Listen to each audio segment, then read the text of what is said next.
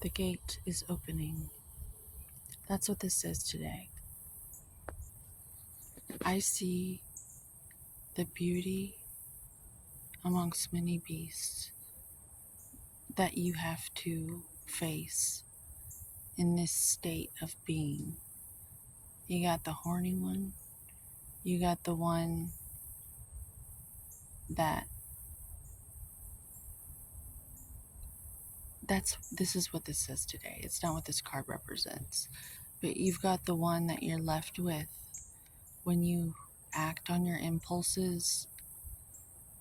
I'm getting major Beauty and the Beast, like what happened to him when he was in a state of vanity.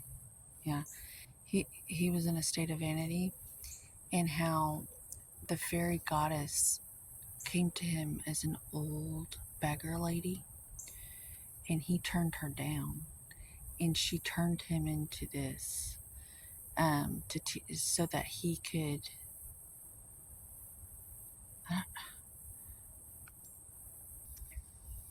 could evolve into something wiser. You see, there's a reason why all the wisest fairy tale witches understand something about beauty. They understand that it's better if they kind of disguise it a little bit, because they know what happens when you are something so beautiful. Most people aren't mature enough to just let you remain there safe and grow like a flower. Most people are like little kids, coveting the beauty of the flower, wanting to take it to someone who they can manipulate into loving them more, because they think they're not enough. So they pick the flower and they run it up to their mommy so that their mommy can think happy thoughts about them, because they think if they just have this flower and give it to their mommy will treat them beautifully in a certain energy that it's a certain energy they're after. And so this same story, this paradigm, this way of being has existed since the dawn of our kind. That knowing that you're a part of God, and then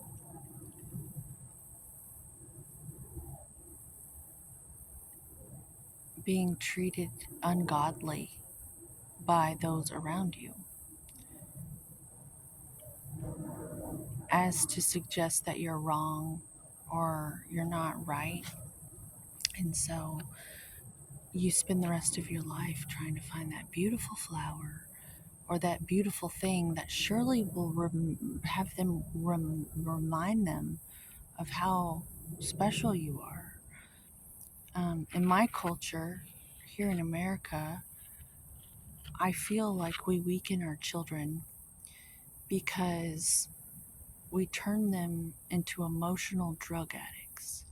We make them manic by giving them this blast of good energy when they're young, like really great endorphins.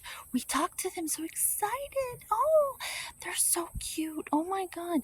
And as they slowly get older, that fades. And then they don't understand. They literally think they did something, and they spend their whole lives trying to get that back. What you did out of your ignorance when they were a baby, because you wanted them to feel special. You wanted them to have a special time here. So you love bombed them, and then you took it away because you didn't know what you were doing. I see this very clearly. As a Cancerian sun, the rest of my planets are not water signs, but as a Cancerian mother, it's my sun sign. I see this very clearly, and I'd like to share this because it's a contribution and it's something very that needs to be addressed because other cultures do not do this to their young. I see it a lot here where you just dote on the baby to such a degree.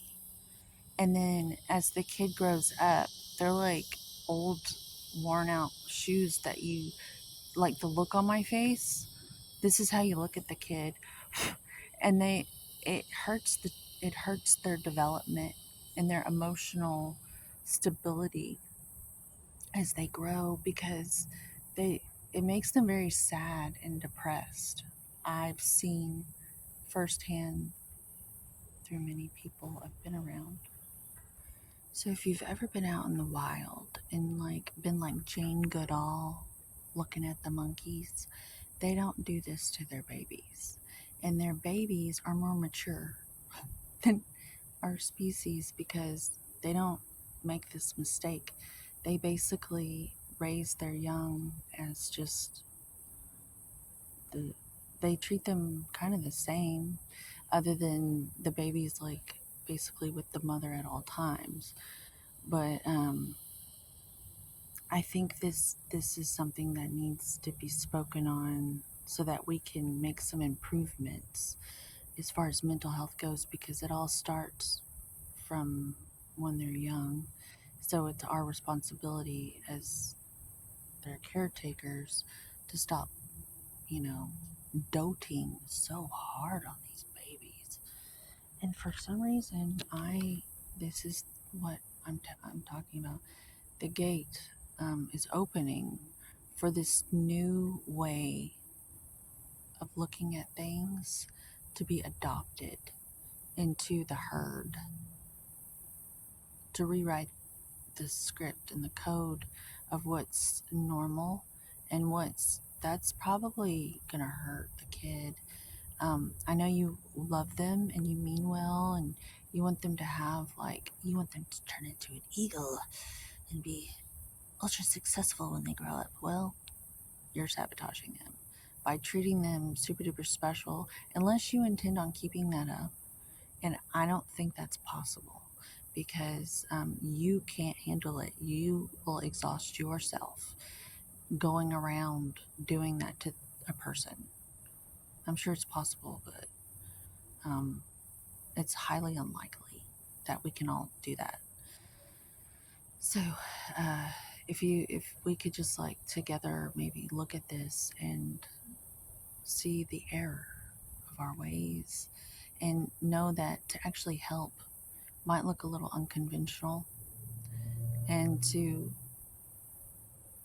just try to be consistent from a very early age to where it's kind of like a water faucet.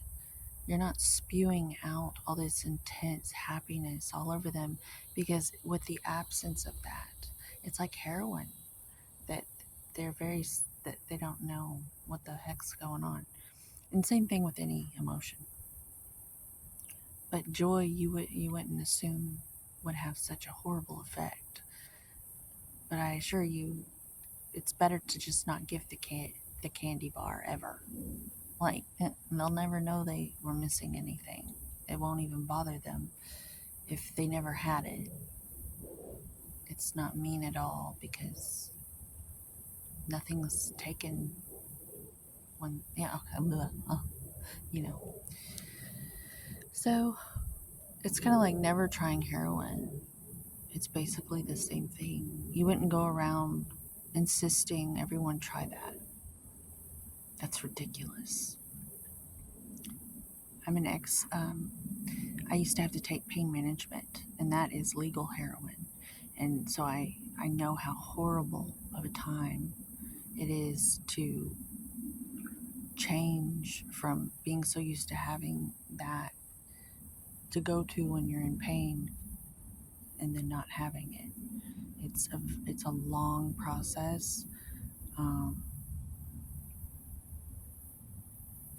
it took 8 days cold turkey for me, and then a whole year for my neuroplasticity and everything to like recalibrate.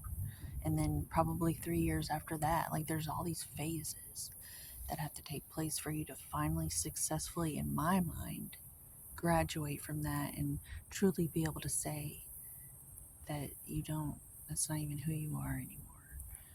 It takes a really long time. So, a lot from this card. What a card to be talking about such things. Um, but I'm also noticing these are flaming batons in her hands. But today it said burning the candle at both ends, and that's not efficient. And it's Virgo season approaching, and I think that has a lot to do with why my message is so um, resolution. I have resolutions, solutions.